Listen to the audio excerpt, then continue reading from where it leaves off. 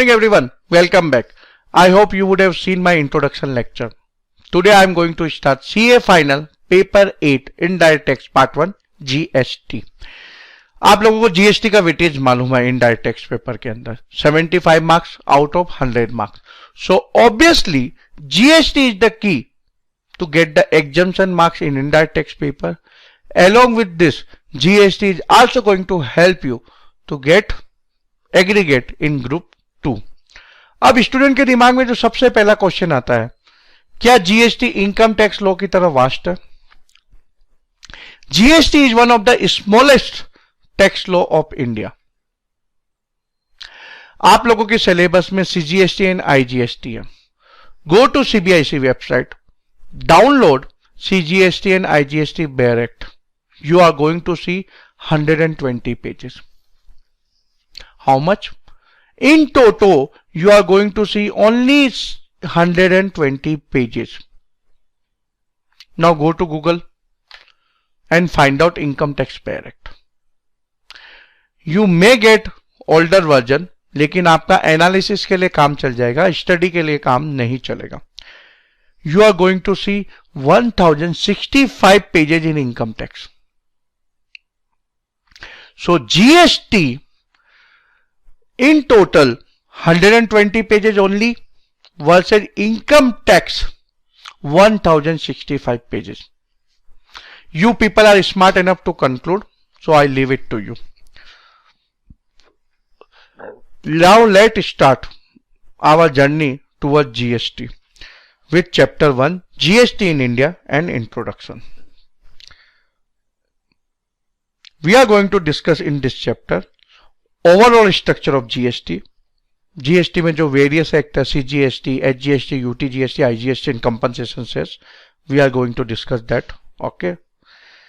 Deficiency in the earlier indirect tax regime, जो GST के पहले जो regime था indirect tax का, excise, service tax, VAT, उसकी क्या deficiency थी, we are going to discuss that. Benefit of GST, GST के क्या benefit है, उससे बिजनेस को क्या फायदा, गवर्नमेंट को क्या फायदा, ओवरऑल इकोनॉमी को क्या फायदा, we are going to discuss that. Framework of GST in India, GST का क्या खाका है, ओके, ड्यूल जीएसटी है, क्या है, we are going to discuss this in. Constitutional provision, India has federal structure. तो जीएसटी के पहले सेंट्रल भी इनडायरेक्ट टैक्स लेवी कर रहा था, स्टेट भी कर रहा था. ओके, दोनों अलग अलग तरीके के इनडायरेक्ट टैक्स लेवी कर रहे थे. So obviously to introduce GST there was requirement to amend the constitution. So we are going to discuss in this topic constitutional provision along with amendment related to GST. Okay. Selected definition under section 2 of CGST Act 2017. Selected definition under section 2 of IGST Act 2017. लेकिन उसके पहले आपको CGST क्या है, IGST Act क्या है, वो समझना पड़ेगा. So let's start our discussion now on GST. GST, obviously GST implementation was historical moment. अब इसको historical क्यों बोलते हैं, वो जब हम लोग आगे डिस्कस करेंगे तो you people can easily make out कि ये historical moment क्यों कहलाता था. इंडिया के पहले जो लास्ट कंट्री जिसने GST इंप्लीमेंट किया था वो था मलेशिया. और इंडिया में ये कब इंप्लीमेंट हुआ? From 1st July 2017. Other than Jammu and Kashmir, जहां इसका इंप्लीमेंटेशन हुआ फ्रॉम 8 जुलाई 2017. जो सबसे पहले कंट्री थी जिसने जीएसटी इंप्लीमेंट किया वो थी France. And France implemented GST in 1954 और इंडिया ने इंप्लीमेंट किया 2017 में. 63 years का big gap. In between, almost more than 150 countries implemented GST. Obviously, GST was beneficial. लेकिन फिर आपका क्वेश्चन होगा कि सर फिर इंडिया को इतना टाइम क्यों लग गया?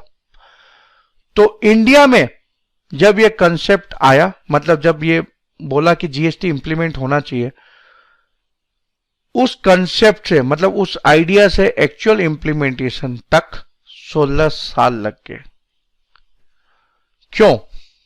You people are aware about Indian political scenario. India में अगर रूलिंग पार्टी यानी जो सत्ता पक्ष है वो कुछ अच्छा भी करना चाहे तो opposition is going to criticise. और जीएसटी के अंदर तो सब स्टेट को भी साथ में लेना था और सेंटर भी साथ में ऑब्वियसली होना ही चाहिए था, तो टाइम लगना वाजिब है। ओके, वो आपको अभी आगे समझ में भी आ जाएगा कि इतना इजी टास्क नहीं था जीएसटी इंप्लीमेंट करना। Now India as we discuss earlier has federal structure. GST आने के पहले इंडिया में क्या होता था, चलिए वो समझते हैं। जीएसटी के पहले इंडिया में सेंटर इनडायरेक्ट टैक्स लेवी करती थी और स्टेट भी करती थी। ये मैंने आपको पहले बोला। कौन कौन से इनडायरेक्ट टैक्स लेवी करती थी सेंटर और कौन कौन से स्टेट करती थी, चलिए वो सबसे पहले लिस्ट देखते हैं। तो जो सेंट्रल है वो ये टैक्स सारे लेवी करती थी। Central excise duty and additional excise duty, service tax, excise duty under medicinal and toilet preparation act, CVD and special CVD, central sale tax, central surcharges and cesses in so far as they relate to supply of goods and services. ये सारे indirect tax कौन levy करता था? Central. State कौन कौन से करता था? State surcharges and cesses in so far as they relate to supply of goods and services, entertainment tax except those levied by local body, tax on lottery, betting and gambling, entry tax, VAT, sell tax, luxury tax, taxes on advertisement। ये सारे tax कौन levy करता था? State. तो central levy कर रहा है, state levy कर रहा है। ओके, इतने सारे टैक्सेस। तो एक बिजनेसमैन अगर सब में डील करता है तो उसको सारे इतने जितने भी ये टैक्सेज है उसके साथ कंप्लाई करना था। Very difficult scenario. अब ये इतने सारे टैक्स तो थे जो इसके अंदर आप देख भी रहे हो कि सबजुम्ड हो गए जीएसटी के अंदर। So obviously it was historical movement, correct. अब क्या होता था, अगर हम लोग मैप की तरफ देखें, जो इंडिया का मैप है, आप लोगों को मालूम है अलग अलग स्टेट है, तो जो सेंट्रल है वो क्या लेवी करता था? एक्साइज, जो मैन्युफैक्चरिंग ऑफ गुड्स के ऊपर था, सर्विस टैक्स जो सर्विसेज के ऊपर था। ओके, मेनली मैं बड़े बड़े टैक्स की बात कर रहा हूं। और जो स्टेट थे, चाहे वो राजस्थान हो, एमपी हो, यूपी हो, महाराष्ट्र हो, तमिलनाडु हो, वो क्या लेवी करते थे? वीएटी। और बाकी एंटरटेनमेंट टैक्स है सब, ठीक, वो अलग है, तो वो वीएटी लेवी करते थे। अब सेंट्रल एक्साइज कब लेवी करता था? जैसा मैंने पहले बोला, मैन्युफैक्चरिंग के ऊपर और सर्विसेज के ऊपर सर्विस टैक्स। तो ये उसका एकाधिकार था, ये उसकी रेवेन्यू थी, उसका P&L था, वो स्टेट के साथ शेयर नहीं करता था। स्टेट क्या लेवी करता था? वीएटी। ये उसकी रेवेन्यू थी। ओके, कब लेवी करता था? जब ये गुड्स जिसके ऊपर एक्साइज लेवी हुआ मैन्युफैक्चरिंग के अंदर, जब वो ट्रेडिंग के अंदर आ जाता था, यानी गुड्स की जब भी सेल होती थी तो उसके ऊपर क्या लेवी होता था? वीएटी। और अगर एक स्टेट से दूसरे स्टेट में सेल हो रही है तो भी इसी स्टेट को रेवेन्यू मिलती थी जो सेल कर रहा है। तो सेलर स्टेट है, उसको रेवेन्यू मिलती थी in the form of CST. तो कहने को जो हमने लिस्ट देखी थी उसके अंदर क्या था? सेंट्रल सेल टैक्स कौन लेवी कर रहा है? सेंट्रल। लेकिन उसकी जो रेवेन्यू है वो किसको होती थी? जो स्टेट सेल करता था उसी को। सो सेंट्रल केवल लेवी कर रहा था लेकिन रेवेन्यू किसको होती थी? स्टेट को। तो हर स्टेट का अलग P&L था, अलग रेवेन्यू स्ट्रीम थी, हर स्टेट का अलग टैक्स एडमिनिस्ट्रेशन डिपार्टमेंट था और हर स्टेट का अलग लॉ था। और लॉ में इतने डिफरेंसेस थे, जैसे मान लीजिए कोई गुड्स यहां उसकी टैक्स रेट मान लीजिए 4% है, तो हो सकता है यहां तमिलनाडु आके उसकी 8% हो गई। तो स्टेट वाइज वीएटी के टैक्स रेट भी अलग थे, टैक्स लॉ अलग था ही, और उसके अलावा जो टैक्स एडमिनिस्ट्रेशन था वो भी अलग था, और सेंटर का अपना अलग। तो अगर एक कंपनी सारे स्टेट में डील कर रही है, मतलब जिसका बिजनेस सारे स्टेट के अंदर है, तो उसको स्टेट वाइज वीएटी रजिस्ट्रेशन लेना था, और अगर वो मैन्युफैक्चरिंग भी करती है तो उसको एक्साइज का रजिस्ट्रेशन भी लेना था, और मान लीजिए उसकी कुछ कंपोनेंट सर्विसेज भी है तो उसके लिए सर्विस टैक्स में भी उसको रजिस्ट्रेशन लेना था। क्लियर? तो आप अगर एक बिजनेसमैन के हिसाब से सोचोगे तो आप बोलोगे कि मैं बिजनेस करूं कि टैक्स डिपार्टमेंट के साथ डील करूं, क्योंकि सब अलग अलग टैक्स डिपार्टमेंट, सबका अलग अलग एडमिनिस्ट्रेशन, सबके अलग अलग एटीट्यूड। ओके, क्योंकि हर कोई इंसान है तो सबकी अलग सोच होती है। So such was a difficult scenario. इसी की वजह से India was almost on bottom in ease of doing business. तो अगर किसी ने अखबार में कभी पढ़ा होगा कि एज ऑफ डूइंग बिजनेस जो रैंकिंग होती है ग्लोबली, उसके अंदर almost India was in bottom, नीचे की तरफ था। क्यों? क्योंकि अगर आपको बिजनेस करना है इंडिया में तो डिसीजन आपको इस बेसिस पे नहीं लेना कि आपकी कॉस्ट कम होगी या बिजनेस करना इजी है नहीं है। आपको उसके पहले टैक्स स्ट्रक्चर स्टेट वाइज समझना पड़ेगा, उसके बाद आप डिसीजन ले सकते हो कि आप इंडिया में एंटर करोगे कि नहीं करोगे बिजनेस करने के लिए। ठीक है? तो हर स्टेट की अलग रेवेन्यू वीएटी की, और सेंट्रल की अपनी अलग रेवेन्यू। अभी बात यहीं खत्म नहीं हो जाती। हर स्टेट के अंदर आप लोगों को मालूम है लोकल बॉडी होती है, म्युनिसिपैलिटी। महाराष्ट्र में बॉम्बे की अलग, पुणे की अलग, नासिक की अलग, नागपुर की अलग। करेक्ट?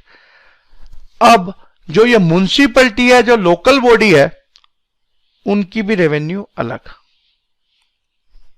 तो वो अपनी रेवेन्यू, जो टैक्स रेवेन्यू कलेक्ट करने के लिए क्या करते थे, वो लगाते थे एंट्री टैक्स। आप लोगों ने नाम सुना होगा local body tax, LBT, octroi. ठीक है? चुंगी नाके देखे होंगे, म्युनिसिपैलिटी का जो बॉर्डर होता है उधर, कि वहां ट्रक की लाइन खड़ी है और वो लोग क्लियरेंस के लिए वेट कर रहे हैं कि भाई कोई बीएमसी, मतलब जो म्युनिसिपैलिटी का ऑफिसर आएगा वो ट्रक चेक करेगा और उसके बाद वो टैक्स लेवी करेगा, तो हमको अंदर घुसने को मिलेगा म्युनिसिपैलिटी के एरिया में। तो वो अपना अलग टैक्स लेवी करते थे जिसको एंट्री टैक्स बोलते थे। इनका एडमिनिस्ट्रेशन भी अलग स्टेट से।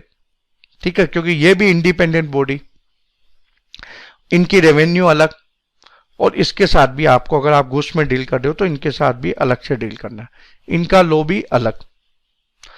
तो अगर अपन समझने जाएं तो ये मान लीजिए सेंटर अपना, ठीक है, इंडिया, तो ये टैक्स लेवी करता है।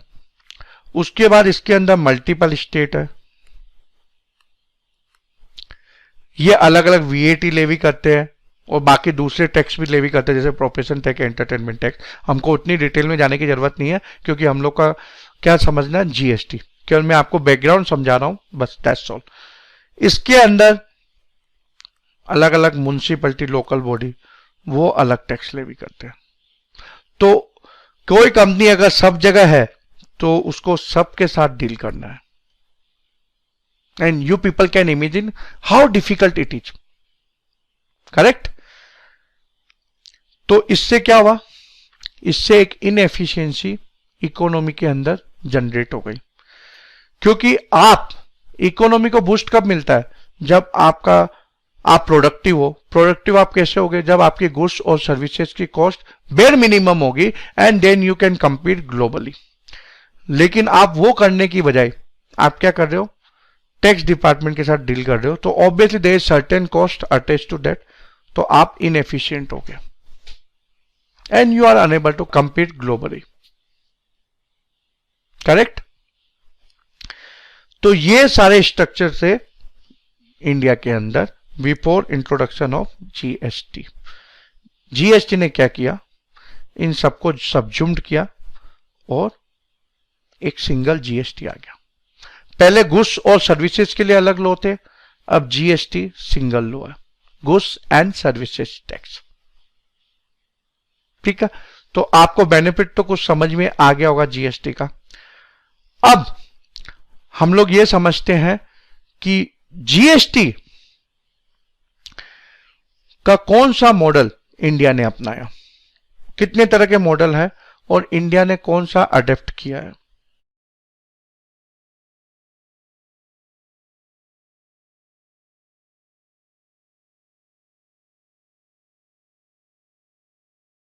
मैंने आपको क्या बोला था, सबसे पहले इंप्लीमेंट किसने किया, फ्रांस ने। फ्रांस ने कब किया, 1954 में, और इंडिया ने इंप्लीमेंट किया 2017 के। In between almost more than 150 countries implemented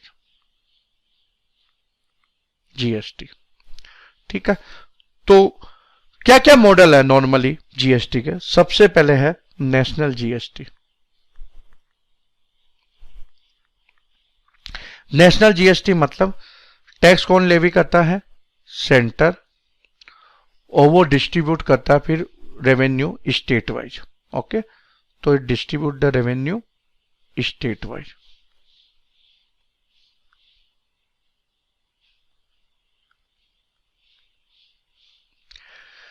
किस कंट्री ने ये इंप्लीमेंट किया, तो अगर एग्जांपल के तौर पे देखें तो Australia and China. So basically इस मॉडल के अंदर सेंटर लेवी करता है, पूरा टैक्स कलेक्ट करता है, और फिर वो स्टेट या प्रोविंस को काफी कंट्री में जैसे प्रोविंस आपने सुना होगा, ठीक है, तो उसको डिस्ट्रीब्यूट करता है, शेयर करता है रेवेन्यू। उसके बाद होता है स्टेट जीएसटी। तो ये नेशनल जीएसटी नहीं होकर स्टेट, यानी कि सिंपल स्टेट लेवी करता है।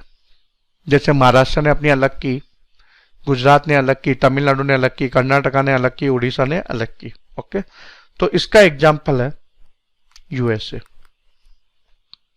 ठीक है, स्टेट अपना जीएसटी लेवी करता है।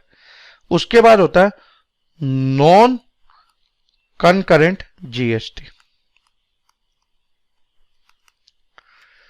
तो उसके अंदर क्या होता है, जो गुड्स के ऊपर जीएसटी है वो लेवी करता है स्टेट, और सर्विसेज के ऊपर कौन लेवी करता है, सेंट्रल गवर्नमेंट। तो मतलब एरिया डिफाइन है, गुड्स के ऊपर स्टेट करेगा या प्रोविंस करेगा, सर्विसेज के ऊपर सेंटर करेगा। ओके, और एक होता है कॉन्करेंट ड्यूल जीएसटी। ये भी ड्यूल ही है बट नॉन कॉन्करेंट है। इसके अंदर क्या सेंटर और स्टेट दोनों लेवी करते हैं। तो सिंगल ट्रांजैक्शन चाहे वो गुड्स का हो या सर्विसेज का हो, सेंटर भी लेवी करेगा, स्टेट भी लेवी करेगा। उसका एग्जाम्पल क्या है, इंडिया। और दूसरी कंट्री की बात करें तो ब्राजील एंड कनाडा।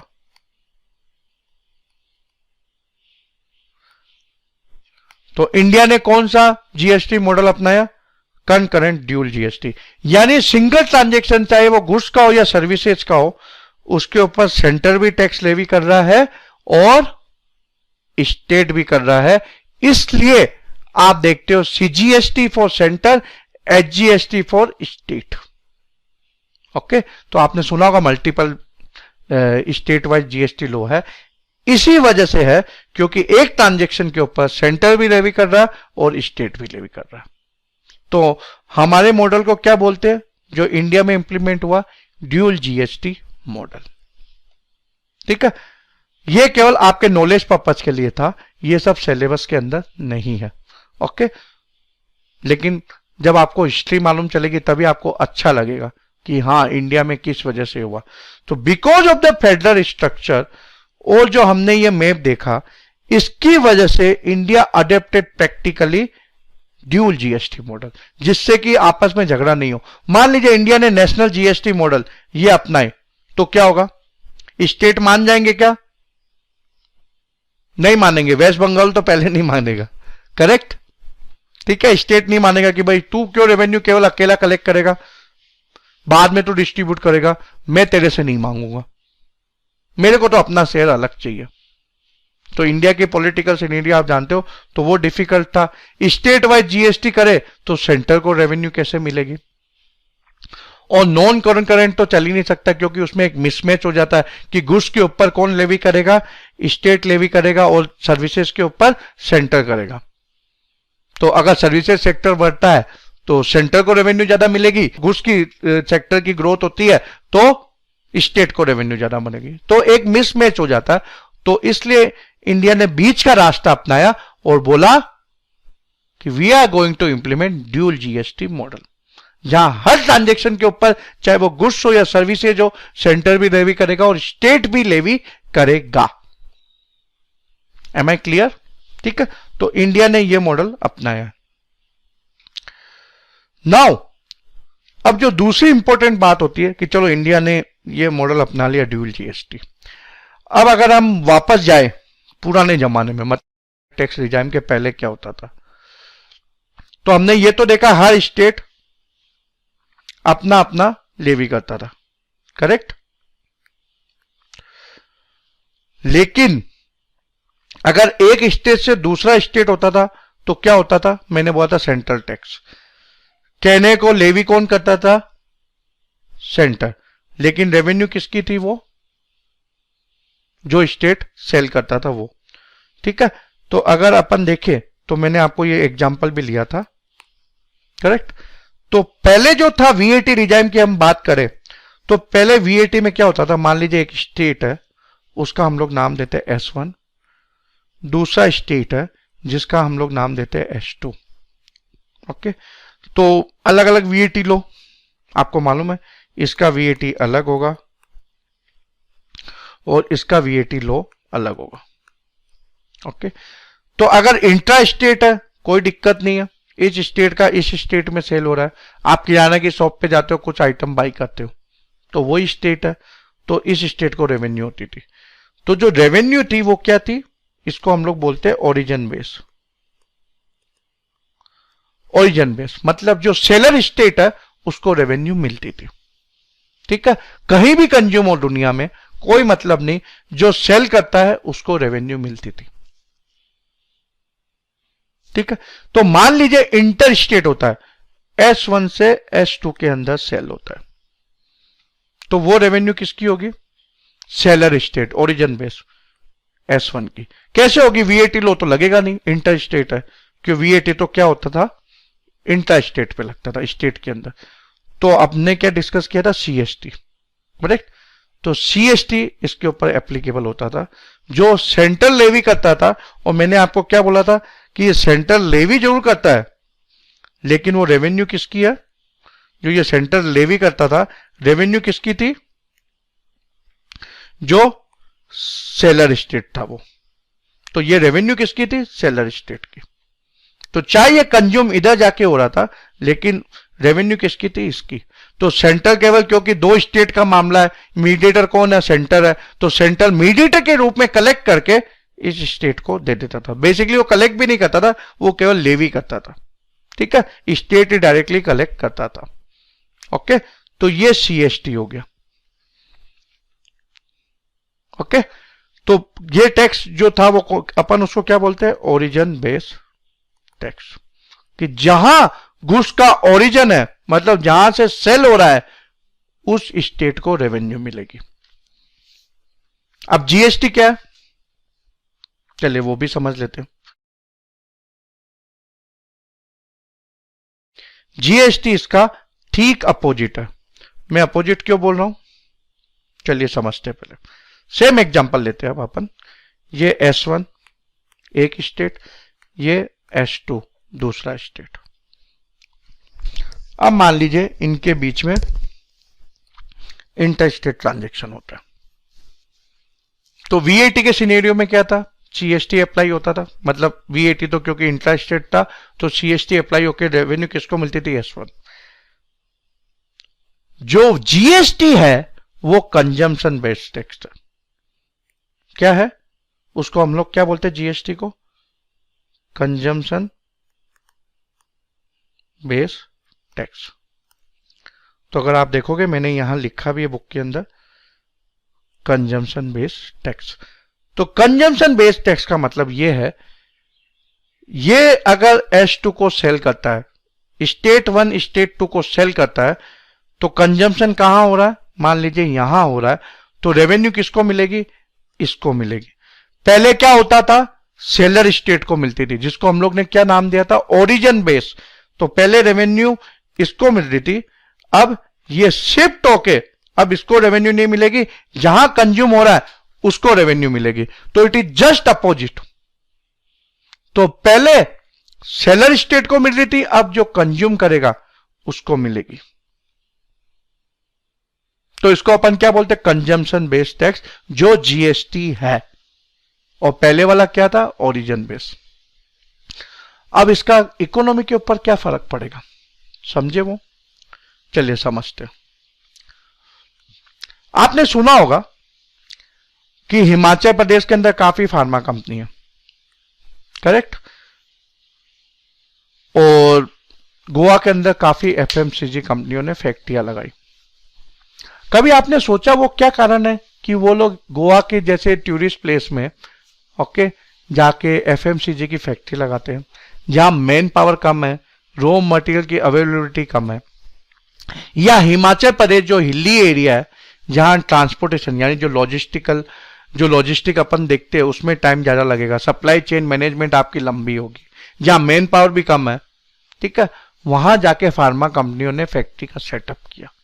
क्या वजह ऐसी, क्या ट्रिगरिंग पॉइंट था जहां जाके उन्होंने फैक्ट्री का सेटअप किया, कोई तो वजह होगी, किसी ने तो ये डिसीजन लिया होगा, और वो डिसीजन लिया तो किस वजह से लिया, वो इधर समझने की बात है, वो काफी इंटरेस्टिंग है, आपको अच्छा लगेगा समझ में। अब हमने क्या डिस्कस किया था कि जो स्टेट सेल करता था वीएटी रिजाइम के अंदर, उसको रेवेन्यू मिलती थी प्रीवियस रिजाइम, मतलब वीएटी और सीएसटी रिजाइम प्रीवियस रिजाइम। तो सेलर स्टेट को रेवेन्यू मिलती थी, ओरिजिन बेस्ड टैक्स था। तो हर स्टेट क्या चाहता था कि उसके उधर फैक्ट्री का सेटअप हो, इंडस्ट्री आए, जिससे कि उसकी रेवेन्यू इंक्रीज हो, और उसके लिए वो क्या करता था, अब हर स्टेट में इंफ्रास्ट्रक्चर अच्छा तो नहीं हो सकता, हिमाचल प्रदेश में ऑब्वियसली रिसोर्सेज की कमी है, मैन पावर तो नहीं मिलेगा उधर, ओके, प्लस ट्रांसपोर्टेशन भी टाइम ज्यादा लेगा क्योंकि हिली एरिया है, तो फिर वो अट्रैक्ट कैसे करेगा इंडस्ट्री को। सो दे यूज टू गिव व्हाट, मान लीजिए ये स्टेट है, टैक्स हॉलीडे, पढ़ा होगा ना पहले, tax holiday for let's say 10 years. तो अगर कोई इंडस्ट्री हिमाचल प्रदेश में जाके फैक्ट्री सेटअप करती है तो 10 साल तक नो वीएटी, लेट्स से, ठीक है, तो completely saving on VAT for 10 years. तो मैं सीएफओ था, ये मैंने कोचिंग स्टार्ट करने के पहले I was part of top management. तो मैं आप लोगों को बताता हूं पहले किस बेसिस पे हम लोग डिसीजन लेते थे। 10 ईयर टैक्स हॉलीडे, तो मान लीजिए क्योंकि लेट टेक कि एक स्टेट के अंदर इंफ्रास्ट्रक्चर की कमी है, because of that your cost increase by 5%, तो -5% impact on the profitability bottom line, ठीक है, तो 5% आप नेगेटिव हो गए। और मान लीजिए आपके प्रोडक्ट की टैक्स रेट वीएटी के अंदर 10% है, so this is saving you are going to generate for 10 years. So net आपको क्या फायदा होने वाला, 5% पॉजिटिव, करेक्ट। तो मैं क्या बोलूंगा, एज ए सीएफओ जाके उधर फैक्ट्री लगा लो, 10 साल बाद देखेंगे, 10 साल तक तो let enjoy tax holiday period. अब अगर आप टैक्स के हिसाब से देखोगे तो करेक्ट डिसीजन, क्योंकि ultimately you are getting something because of this reason. But if you think from whole country perspective यानी economy perspective, it is very dangerous. Why? In global scenario, ठीक है, बिजनेसमैन हैज टू compete, और compete किसके ऊपर?